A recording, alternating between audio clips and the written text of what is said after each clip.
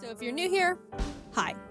I've done this before. Last year I made a video about my first ever Pokemon Nuzlocke, and the game I played in it was Pokemon Ruby. It was fun, so here I am again, doing another. But this time I attempted to Nuzlocke Pokemon Platinum. I'll explain again super quickly how a Nuzlocke works. You can only catch the first Pokemon you run into per route. If a Pokemon faints, it dies and you can't use it anymore. And you have to nickname your Pokemon so you grow more attached to them. If you still don't understand, that's not my problem. Let's get started. Hoo boy! This was my Pokemon Platinum Nuzlocke. Pokemon! So my friend and neighbor Barry is practically dragging me all over the place with his hyperactive squirrel brain, frantically trying to get a Pokemon as soon as possible from this Professor Rowan he saw on TV. He drags me out to Route 201 and is about to leap into the tall grass when... Hold it! You guys know going into the tall grass is practically a death wish, right? What you're doing is basically suicide. Borderline insanity. What absolute moronic lunatics you are. Have you no respect for your lives? Do you have any Pokemon? No. Do you want some? And like that, I have a Turtwig. I named him Turt and immediately used him to bash in Barry's Chimchar. I was making my way through the routes, but right as I was about to nab the Shinx I found on 202... Don't kill it. No! So no Shinx for us. But that's alright. Shinx isn't that great this early anyway. Then I locked eyes with our first trainer. The first battle. Let's see how we fare against youngster Tristan and his level 5 Starly. Oh my god! So in the first trainer battle I ever fought, I almost immediately lose my starter to a critical hit. Why do I suddenly have a very bad feeling about this? Nevertheless, we kept going onward through Jubilife City, where we caught Kronk the Zubat in the cave above Route 204, and Magikarp on 218. Hi, Magikarp.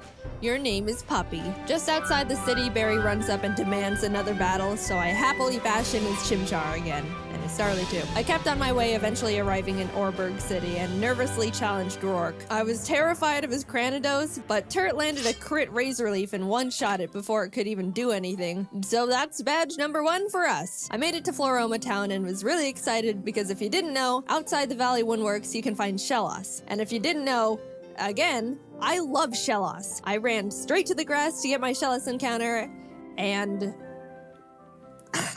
I'm not gonna pass up an encounter, so I very depressingly caught the Shinx and named it Failure to vent my sadness and frustration over not getting a slug. While there, we found Team Galactic messing around, stealing electricity, and this little girl's dad. So I beat up the grunt guarding the door, broke in, beat up the grunts in the building until Turt evolved, then found Galactic Commander Mars at the end of the corridor, who I was scared of because she's got a fat cat that hits like a semi-truck. But I had a plan. Back in the Orberg Mines, I caught Dwayne the Onyx, and I brought him to the fight because in case things got dicey, I would switch him in to buy time and heal up my other Pokemon. Basically, Dwayne was death fodder. Turt took out Mars' Zubat, and when Purugly came out, Kronk plucked off the Oranberry it was holding. But she got hit pretty hard in the process, and since Turt needed a bit of healing before he could get back into it, Dwayne can take a scratch.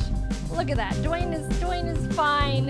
He's fine, guys. Don't pull the sad nose for Dwayne. Dwayne's fine. Don't worry about him. Don't worry about him. Oh my god! Dude! Alright, I'll give him that. I'll give him that. Dwayne gets to live. Somehow, when Dwayne was supposed to die, he hung in there on 1 HP. And you know what? I respected the hell out of him for it. I let Dwayne live and Turt was able to take out the Purugly. What a legend.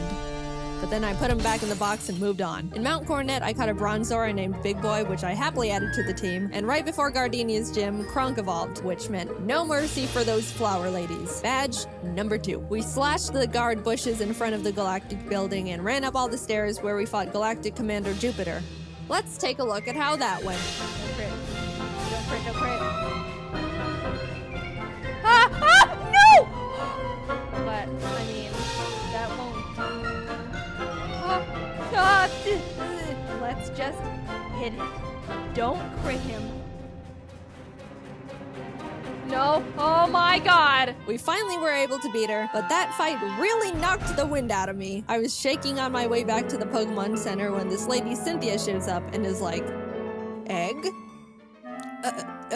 Yeah. Anyway, even meeting Cynthia wasn't enough to calm my nerves, so to keep my mind off the absolute tragedy we narrowly avoided, I decided to start training up Big Boy on Cycling Road. And then he died. I've practiced this game and... So before you push up your anime glasses and tell me that steel is weak to fire, which I know, by the way, the reason I kept Big Boy in was because not only is his defense an iron wall, but he had heat proof, which negates his fire weakness. But then he got crit. So, first step. I'm sorry, Big Boy. You never had the opportunity to become a big boy. I walked into Wayward Cave and found a Gibble. Gibble is an amazing Pokemon. It turns into Garchomp, which is easily one of, if not the strongest Pokemon in the game that isn't a legendary. Adding it to the team would give us such a huge advantage, and now there is nothing in my way between that and...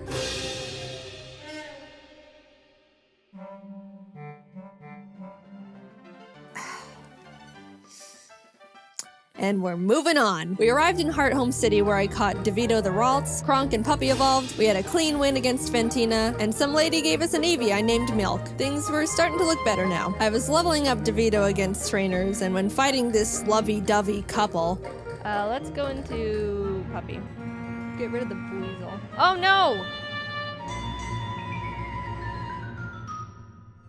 You're kidding. You're kidding. And that's why I hate love. In came Shrimp the Scyther I caught on Route 210. Some good news, on Route 213 I finally found a Shellos. I named it Swoop, and I loved it. I loved it so much. I know you're not supposed to have a favorite child, but Swoop was my favorite child, and I wasn't apologetic about it. I trained it up, and now we got a Gastrodon. Turt ended up evolving too, so together with Kronk and Swoop, Maylene was defeated, and badge number 4 was secured. Outside of Pastoria City, I caught a Quagsire named Lol, but when I went to get my Great Marsh encounter, I was trying to get a Yanma and accidentally threw a ball at a Wooper, so now we've got Lol and Oops in the box. Then I swept Crasher Wake with Milk, who is now a Jolteon, with the TM Thunder I bought literally next door. I walked out of the gym and Team Galactic set off a bomb. I ran down the grunt who detonated it and took him out because he is weak. Cynthia appears again and tells me to bring a charm to her grandma. So I'm like, yes ma'am. We found her in Celestial Town along with Cyrus, the leader of Team Galactic, who starts some evil Shakespeare speech about how everything is imperfect so he's gotta blow up the world or something. I don't know, I wasn't really paying attention. And then he wanted to fight. Puppy took out his Sneasel and I sent out Milk to take care of his Golbat, but Milk decided he wanted to be lazy and not only miss all his thunders, but also punch himself in the face. Milk!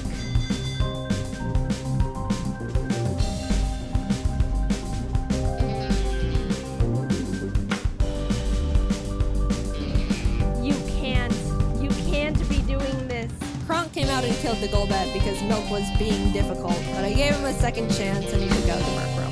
Anyway, here's your dusty charm. I went out and caught a Magnemite named C, then arrived in Canalave City where we barged into Byron's gym and demolished his team with Swoop and Turd. Then Team Galactic sets off another bomb, this time at Lake Valor. So Barry, Professor Rowan's assistant Lucas, and I split up to check on the lakes. As I'm strolling past all the flopping Magikarp, I run into Galactic Commander Saturn, who we swept the floor with. After that, we headed over to Lake Verity where we did the exact same with Mars. There was a part where Turd got crit and almost died. Oh god. But we're fine, he's fine. Finally, we had to go check up on Barry at Lake Acuity, and after trekking through 6 feet of snow for like a mile, we get there to find Barry at the top of a cliff like, ha ha ha, you can't climb rocks. Come back when you can climb rocks, loser. I'll go fight Candace's gym now, I guess. Now, we've been having some good type matchups with the past few gyms, so I haven't really been nervous about most of them, but Candace uses ice types, which like half my team is weak against. Which, you know, nervousness rising. Not only was I at a massive type disadvantage, but the main threats on our team were her Abomasnow because it hits like a truck and sets up hail, and her Frostlass because it'll use the hail from the Abomasnow to heighten its evasiveness with Snow Cloak, spam double teams, and then just sweep my team. I walked in, took a deep breath, which didn't make me feel better at all, and started the battle. Shrimp took out her Sneasel and Swoop took out her Piloswine, almost dying in the process, and then she finally brought out the big bad Abomasnow. Since it's grass ice type, I taught Puppy Fire Blast. Yeah, I didn't know it could... Anyway, I wasn't sure it could one-shot because Puppy's not a special attacker, and lo and behold, it did. It didn't miss. Please kill it. Please, it's quad. It's quad. Eventually Puppy took it out, but that was absolutely terrifying. Last but not least, Frostlass. I wanted to have Swoop rain dance to get rid of the hail so Frostlass's snow cloak isn't activated, but since Swoop was sitting at a not-so-chill 20 HP, that wasn't gonna work out super great. However, since I didn't want Kronk to be in this fight at all, right before the fight I swapped her with Failure the Shinx. Yep. Sorry, little guy. Failure looked up at the looming death that was Frostlass in front of her, and as I healed up Swoop, Failure was killed in its blizzard. It's really unfortunate we had to resort to it, but I give Failure a salute for stepping up and surrendering its life to the team. Swoop came out, got off the rain dance, and after a close battle, was able to pull through. We won, but it wasn't without sacrifice. We had a moment of silence for Failure, the true MVP of the fight. Gone, but not forgotten. Now we could climb the rocks to Lake Acuity, and when we got up there, Barry's got snot dripping down his face, crying in the snow because he got beat up by Jupiter, who looks at me and is like, "See ya, I'm going to Veilstone HQ."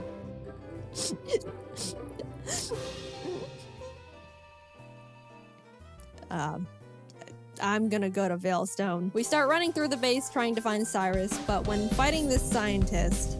Psychic. Porygon 2 freaks me out. It is way too powerful, way too bulky, and it's way too weird. I do like Porygon 2 though. I would like a plush of Porygon 2. Very cute. What? What? What? What? No! No! Swoop! We lost Swoop! I wasn't okay. Kurt came out and curb stomped the Porygon 2 out of vengeance, but to put it lightly, I wasn't taking that too well. My heart is breaking. I'm like actually sad. But life doesn't stop when your dog dies, so I had to keep trucking and brought Lol the Quagsire to the team. With an intense, blood-curdling thirst for revenge, I stormed into Cyrus's room. Fight! Shrimp and Milk took out his team in no time. I snatched his Master Ball and used his teleport pad to enter the basement where Mesprit, Azelf, and Uxie are all being held captive. Fight! And like Cyrus, Saturn was swept too. After releasing the Lake Guardians, we head to Mount Coronet because Cyrus wants to go there and destroy the planet, I think, and we catch up to him at the Spear Pillar. Before we can run up and attack him, Mars and Jupiter step in. Then Barry arrives. Honestly, I have no idea how he found us all here, and is like, "I'll help." Lol takes out both their Bronzors, Mars's Purugly, and Barry's Munchlax, so I thought, you know, it was all smooth sailing, right? Well... Wow, Barry.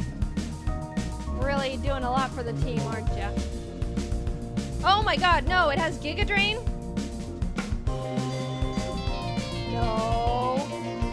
No, oh no, oh no! It was a crit! Not only did I not know their Golbat had Giga Drain for some reason, but it also got a crit.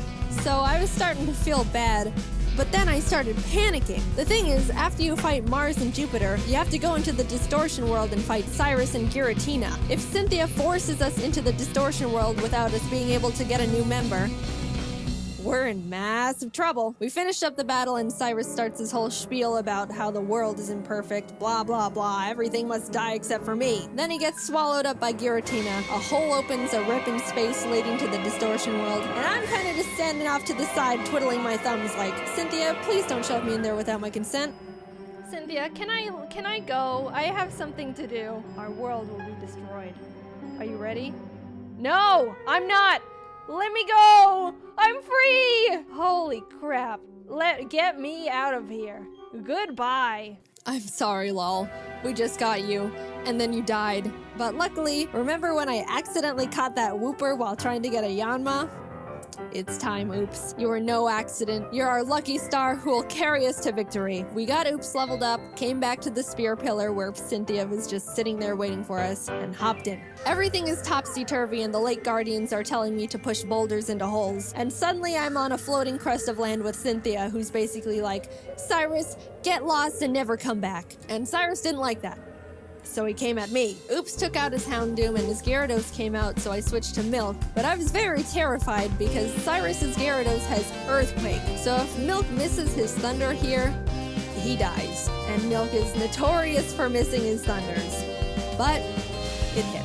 Milk lives another day. He also took out Cyrus's Crobat and Honchkrow, and Shrimp finished up his Weavile. Cyrus steps aside, and suddenly, it's just me and the Angel of Darkness itself, Giratina.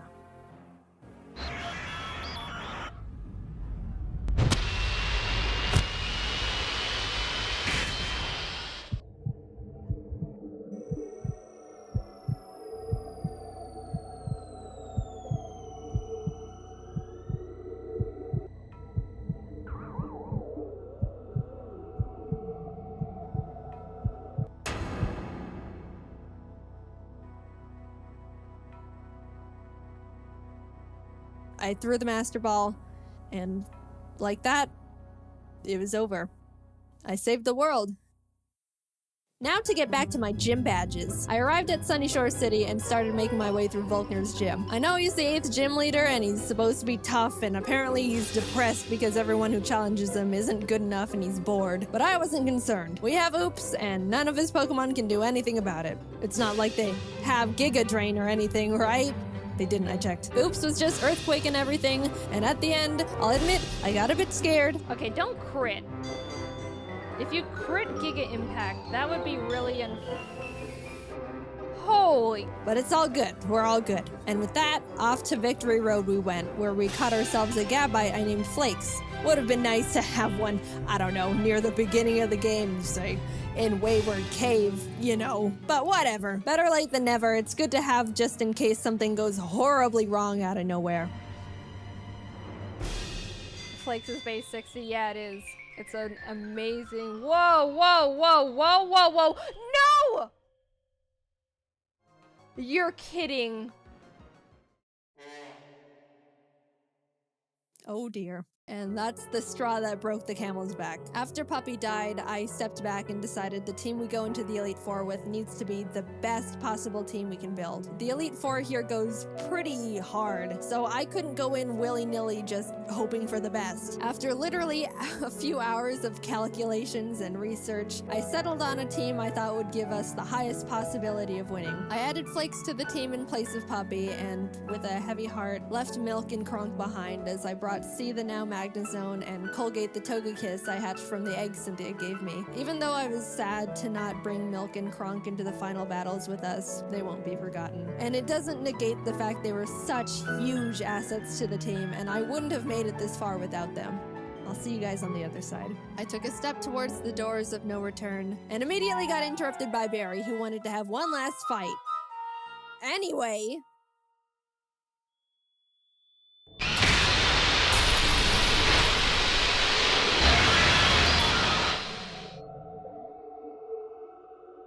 Welcome! This is the Elite Four. The battle starts and C takes out Aaron's Neon Mega and Vespiquen, Oops takes out his Drapion, and Colgate takes out his Scizor and Heracross. Next up is Bertha. Bertha loves ground types, but Turt and Oops had a smooth time smashing through her team. I felt a horrible shiver when her Rhyperior came out, but things went well. On to Flint.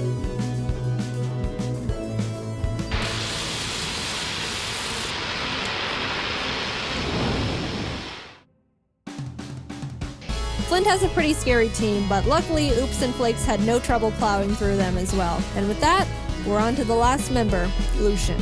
Now, Shrimp hasn't had much time to shine in these fights so far, so I decided I wanted to let her go all out. She set up sword stances and bullet punched everything. Proud of you, Shrimp. And suddenly, I'm at the entrance to the champion. The trainer who's been known to crush dreams in a single battle, and many still fear to this day. I took a deep breath. Things are going surprisingly well, and I don't know how to feel about it. But I looked up, and there she was. At this moment, I have only one last objective: defeat Cynthia.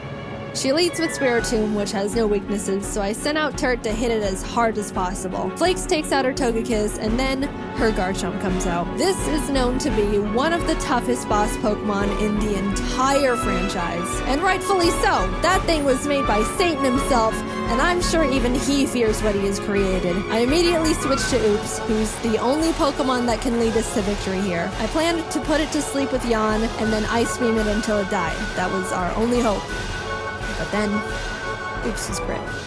And that was it. Nothing on my team can take a hit from this monster, and even if they could, they couldn't do much damage back. I sat there in disbelief, knowing there wasn't anything I could have done, and the battle is basically unwinnable now. I brought out Shrimp to bullet punch it so we could get in a little bit of damage, but she was killed. Colgate tried to chip away at it. He did some damage too, but was crit one shot. At this point, I'd accepted defeat. Only Turt, C, and Flakes were left.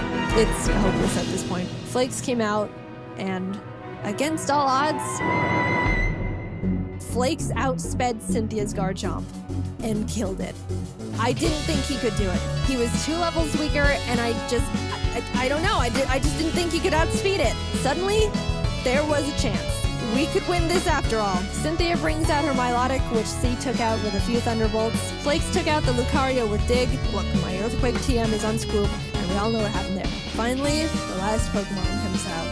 Roserade. Flakes went in for the Dragon Claw, and the battle was over. We won. As Cynthia's congratulating me, a sudden feeling of overwhelming guilt washes over my entire body, so intense it almost knocks me down.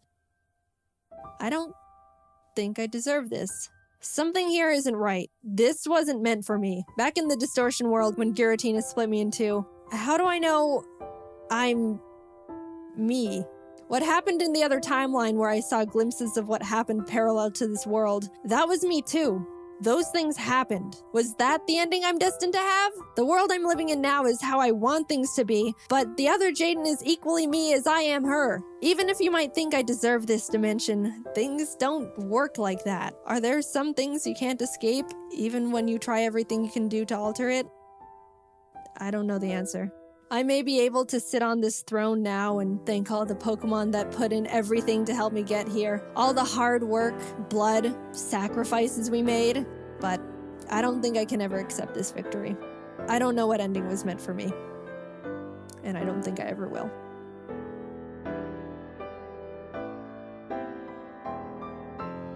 Hi everyone, it's Jolene and I got a new mic, so it's easy for me to record stuff. And yeah, this video is about me doing a rescore on Jaidenanimations Pokemon Platinum Nuzlocke video. I got this idea from a Pokemon YouTuber named Purplecliffe. I hope he can see this because he said that, you know, if we rescored the video, it might look pretty cool. Which I did, and it kind of sounds really awesome. But the problem with rescoring this is because I don't really have like the original video, so I don't have like a dub version without the background music that Jaiden added. So you might hear a bit of the Pokemon Platinum game's background music behind where Jaiden added. I can't really take it off. If I take it off, you basically have to remove Jaiden's voice, so I would not do that. So this is my rendition of the video, and I hope you guys like it. You can comment below and tell me if you really like this kind of video, because I really enjoy doing rescores, especially animation rescores. I really hope that you enjoy this video, and thank you Jaiden Animations for making this video, and Purplecliffe for suggesting this idea.